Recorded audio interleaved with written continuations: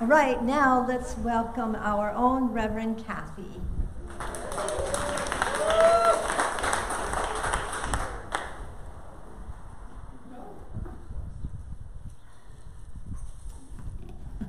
Bonnie just handed me a check. I'm like, oh, thank you, but...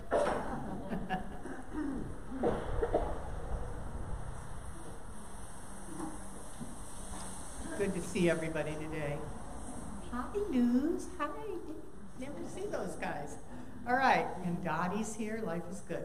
There's a wonderful story about an Indian renunciate, and he was sitting on a tree outside the city of Reenacts when he was approached by the plague. So he asked the plague, "Where are you going?" And the plague said, "I'm going to Reenacts to kill 100 people." Well, a few days later, the plague approached the renunciate again. The renunciate was very angry, and he shouted at him. He said, "You lied to me. You said you were going to kill 100 people, but you killed 10,000 people." The plague responded, "I didn't lie. I did only kill 100 people. Fear killed the rest." All right, so we need to remember that fear is the biggest virus there is. And how do we religious scientists, for those of you who are new here, that used to be our old name. We used to be the Church of Religious Science. We are now Centers for Spiritual Living. But we're still religious scientists. How do we deal with all that fear that's running rampant around the coronavirus? Do we ignore it by spouting cliches like everything is perfect or it's all God and it's all good? Not that those don't work. Or do we succumb to the fear and strip the shelves of KTA clean of all water and tuna cans? Is there a happy medium? I think there is. Each of us needs to follow our hearts without feeling guilty or shamed about any of our uneasy feelings, while at the same time we need to focus on our spiritual practice. We might feel comfortable stocking up on food and water, and we might even feel comfortable about not shaking hands for a while. In fact, we may not feel comfortable holding hands during our closing circle, and that's okay too. It's up to you. Taking precautions is different than panicking. At the same time, we need to stay centered in our teaching, and we need to remember the power of our word when spoken with conviction. We need to stand firm in the knowledge that the collective unconscious contains within it the power to change circumstances in the realm of effect or form. We can pray daily or hourly or minutely to establish the consciousness of safety and healing for all beings. We need to remember that every thought we think is a prayer. So ever those fearful thoughts we're having, that's a prayer going into universal mind. We need to consciously choose those thoughts that promote solution instead of fear. We live in a world of uncertainty, that's for sure. But Eckhart Tolle suggests that, this is his quote, as we become comfortable with uncertainty, infinite possibilities open up in our lives. It means that fear is no longer the dominant factor in what we do and no longer prevents us from taking actions that initiate change. We can acknowledge any fearful feelings we might have. Denying them does no good. That just sends them back down to fester within us. So we can acknowledge them, we can write about them, we can pray about them, and then we can consciously choose to release them as we unify with Spirit during our prayer and meditation times. We can always open up to the divine guidance that is forever available to us. So I'm choosing, and I hope you'll join me, I'm choosing to see our world in healthy balance, as Reverend Angelica said in her treatment, physically and financially and spiritually and every other way. That's where I'm choosing to take my mind during this crisis that we are facing. Okay, so our theme for this month is honoring the divine feminine in all. And our topic today is the holy reimagined, the holy reimagined. Because most of us grew up in a culture that viewed God as a man. Okay, let's be honest here. As a white man. In fact, an old white man with a gnarly beard. Now, this was not always the case. Even within our Judeo-Christian roots, God was not always a masculine archetype. Archaeologists date the worship of the goddess back to Neolithic communities of around 7,000 BC. But some Upper Paleolithic cultures go back to 25,000 BC, where sculptures and relics of goddesses were found in the ruins of prehistoric sanctuaries. So her religion, the religion of the goddess, flourished for thousands of years, and it flourished in the cradle of the Middle East. And that, as we know, is also the cradle of Judaism, Christianity, and Islam. But this all happened thousands of years before the patriarchal Abraham, first prophet of the Bible, or the male deity Yahweh, appeared. The goddess was worshipped long before the biblical story of creation was written. You remember that story of creation that depicted Eve as the foolishly gullible second mate of Adam, who defied God and ruined a really good thing. There used to be a bumper sticker floating around that said, "Eve was framed." I'm with that. That's the truth. Eve was framed along with a lot of other characters. So Margaret Mead and other prominent anthropologists trace the feminine personification of the deity to that stage in human development where the female was revered as the giver of life. Because men, you know, we love men, but they're a little slow. I'm kidding. They hadn't quite figured out that they played an important role in creation. They had not made the association between the sexual act and childbirth, which is kind of ironic because these same people were animal breeders. Thus, the emergence of the female goddess. And she was called by many names, but all of these names were a variation on the term Queen of Heaven. So we had Cybele, we had Ashtaroth, we had the Egyptian goddess Isis, we had Artemis, and we had Diana of the Ephesians, just to mention a few. So these deities were worshipped in Babylon, in Egypt, in Africa, in Sumeria, in Australia, China, India, and Celtic Ireland, of course. And they were credited, these female deities, with gifts of agricultural development, as well as the development of the alphabet and language and writing. And in nearly all areas of the world, these female deities were extolled as healers and powerful, courageous warriors, as well as wise counselors and prophets. Robert Graves is a poet and a mythologist, and he said the whole of Neolithic Europe, to judge from surviving artifacts and myths, has a remarkable homogeneous system of religious ideas based on the many-titled mother goddess, who was regarded as immortal, changeless, and omnipotent. Again, as the concept of fatherhood had not yet been introduced to religious thought. So when and how did we shift from deities being worshipped as female to deities being represented only as male, in our culture at least?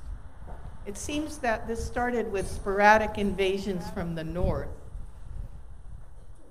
during the Bronze and the early Iron Ages. There was this violent entry and massacres and territorial conquests of the cattle herding and the sheep herding Indo-European and Indo-Aryan tribes.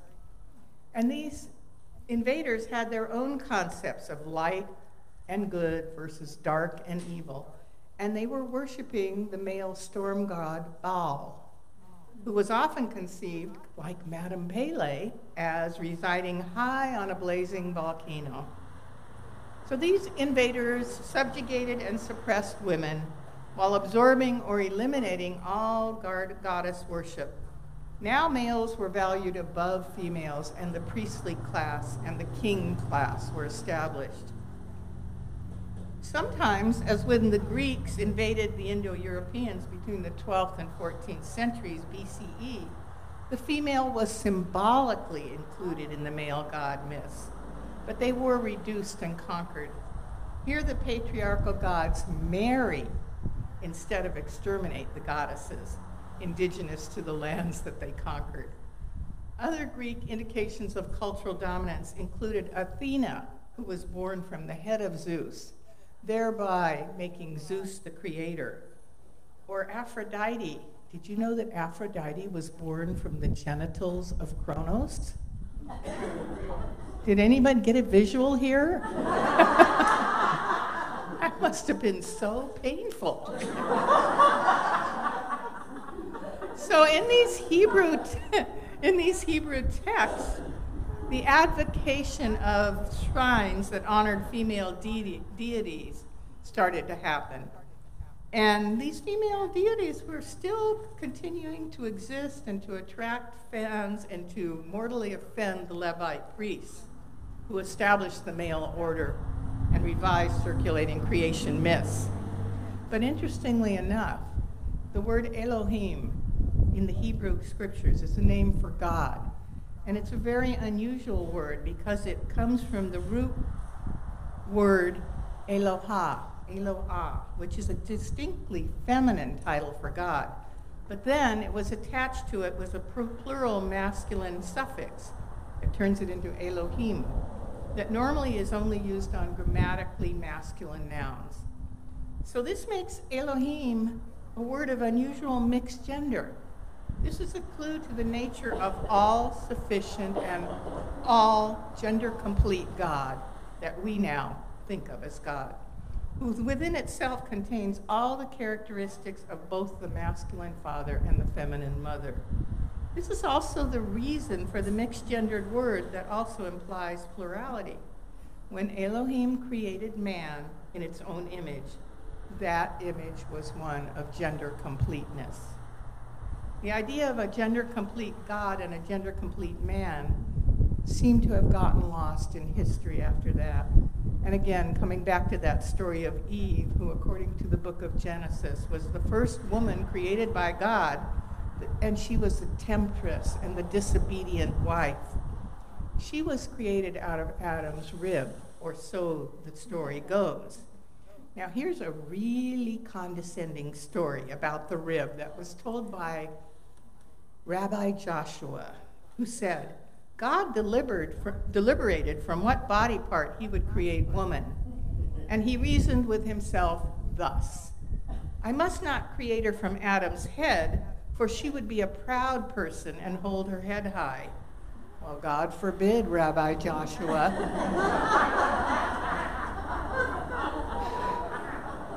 It gets worse.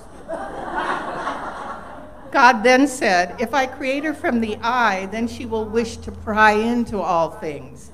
If from the ear, she will wish to hear all things. If from the mouth, she will talk too much.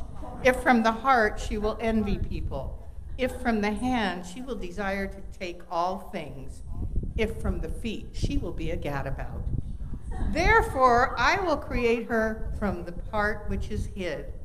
That is the rib, which is not even seen when man is naked. Well, thank you so much for your enlightening interpretation, Rabbi Joshua. You know, the story of Eve didn't come from the ethers. Many of you know that there were many creation stories that preceded this story of Eve, including the Greek myth of Hercules, who killed the serpent dragon Ladon, who was said to be guarding a sacred fruit tree belonging to a goddess. Little similarities there. But then many scholars hold that the origins of the Eve story came from the Sumerian myth. And this myth features the goddess Ninhursag, who created a beautiful garden called Edenu, which existed in the Sumerian earthly paradise. So she charged her husband. She gave him the job of controlling the wild animals and tending the gardens. But instead of obeying her, he ate some of the plants, fell ill, and felt pain. Coincidentally, the pain he felt was in the rib, which is interesting because the Sumerian word for rib also means life. So she, Ninhursag, like Eve, was known as the mother of all living creatures. So we see how these myths evolve and morph and change. And we come then to the New Testament. And by this time, the early Christian church had deliberately set the intention to eliminate all pagan practices and ideas. But still, there was this natural link between the goddesses of the older religions and the new faith's Mother Mary. When the first churches were dedicated in Mary's honor, her imagery often incorporated some of the attributes of the other feminine goddesses. So she was shown wearing Cybele's crown, or she was enthroned like Isis was, or she also was shown depicted with the crescent moon of Diana. In the book, Mary, Queen of Heaven, this is written: places marked by miracles became sacred to Mary, while stories of her miraculous intercession in human life became a part of devotion. Mary is a tapestry of many colors, woven by faith. In it are threads pulled from devotions that honored the feminine long before Judaism and Christianity. We could think also about Mary Magdalene. She was framed too. She was and this is nowhere in scriptures, nowhere is this substantiated, but yet Mary Magdalene was portrayed as a prostitute rather than a leader of the disciples.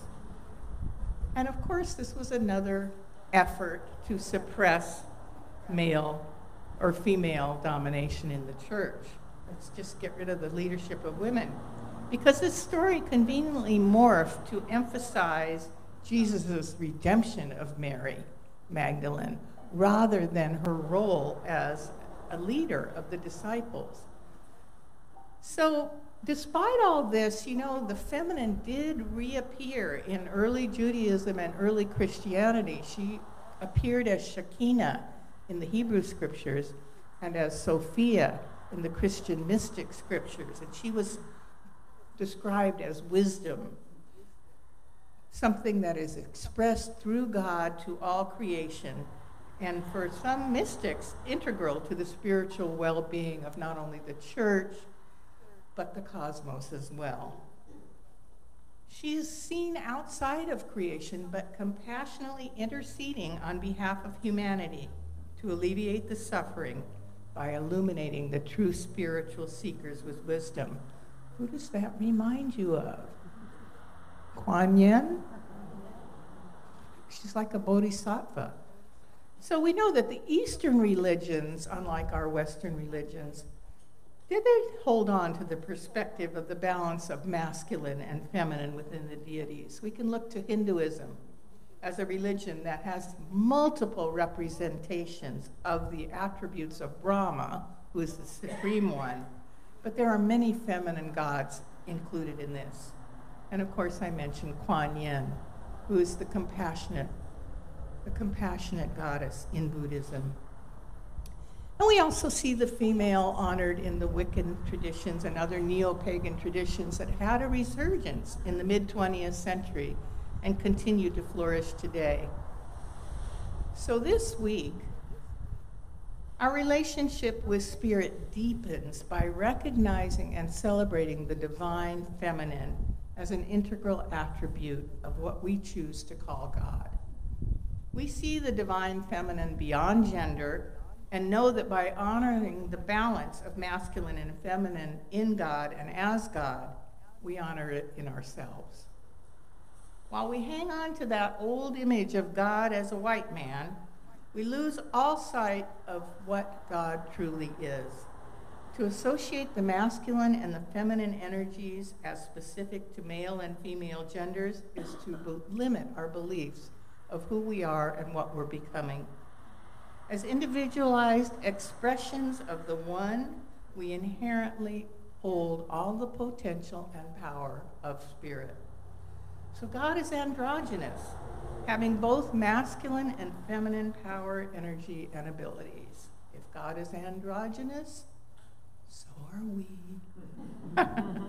We may express it as feminine, and we come into this body as women or as men in this plane, but we have both qualities within us. Dr. Holmes wrote, and I'm changing this because he is funny. He wrote this quote, but he wrote, "Man reenacts the divine nature, and man does this." So first we changed it to mankind, but we really need to change it to humankind. Humankind, we need to look at our language. Okay, we give Dr. Holmes a pass because he was writing in the teens and the 20s, 1910, 1920, 1930. We'll give him a little pass, but we're going to change it to say humankind reenacts the divine nature and makes use of the same laws that God uses. We find in humankind the same androgynous nature we find in God. Humankind, coming from unity, is both male and female and has both attributes of reality. Our definitions and our characterizations will never constrict the true nature of God. But the limits that we place on God are the limits we place on ourselves. So by our understanding and expanding our understanding of what God is, what the nature of God is, we can then see those aspects within ourselves until we're fully immersed in the oneness that we say we are. The historical precedent of presenting and referring to God as masculine has contributed to the mistreatment of women for centuries. Now, I love President Jimmy Carter. What a man, what an ethical man. But you know, several years ago, he made the decision to sever his contact from the Southern Baptist Convention. And he wrote a long treatise explaining why he was making this decision, being a Southern Baptist minister for his whole adult life. It was a very hard decision for him to make. But these are some of the things he wrote in his resignation. He said, "Women and girls have been discriminated against for too long in a twisted interpretation of the Word of God." He said that his decision was unavoidable when, to quote him, convention leaders, quoting a few carefully selected Bible verses and claiming that Eve was created second to Adam and was responsible for original sin, ordained that women must be subservient to their husbands and prohibited from serving as deacons, pastors, or chaplains in the military. He said this view that women are somehow inferior to men is not restricted to one religion or belief. Women are prevented from playing a full and equal role in many faiths, nor tragically does its influence stop at the walls of the church, mosque, synagogue, or temple. This discrimination, unjustifiably attributed to a higher authority, has provided a reason or excuse for the deprivation of women's equal rights across the world for centuries. And going on, the truth is that male religious leaders have had and still have an option to interpret holy teachings either to exalt or to subjugate women. Now, I don't know about you guys, but I think I know about you, but I am so extremely proud to belong to a faith community that has chosen since its inception to exalt women. We have many new thought leaders. Hopefully we'll have a chance to talk about some of these next time. But Emma Curtis Hopkins, Mary Baker Eddy, Myrtle Fillmore are just three of the new thought leaders that brought us to where we are today. And two of those people were Ernest Holmes teachers. Actually, all three of them, the Fillmores and Mary Baker Eddy and Emma Curtis Hopkins. We are one of the first faith teachings to ordain women ministers.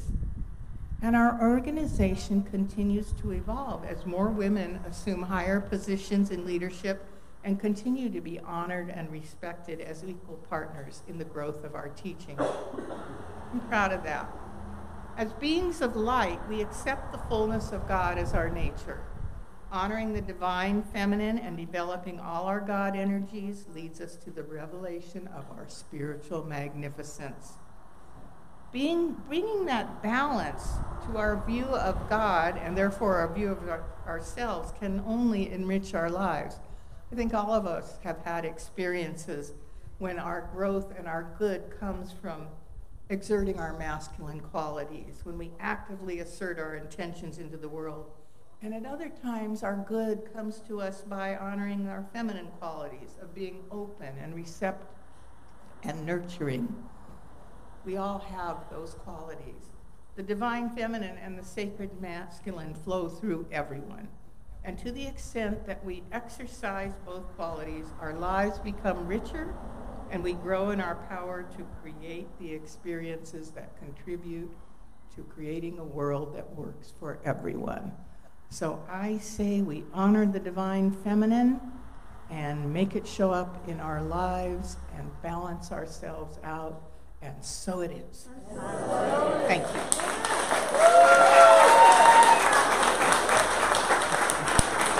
Now, thank you. Before Bonnie takes over, I want to call Glenn back up here for a minute.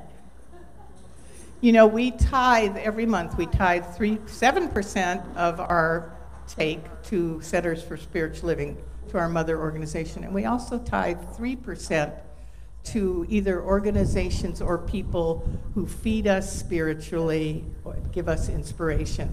So this month's tithe is very small, but it's going to our Glenn for all the work he's done. And in spearheading, getting our electrical permit finalized. We are well on our way to getting our final inspection. So thank you, Glenn.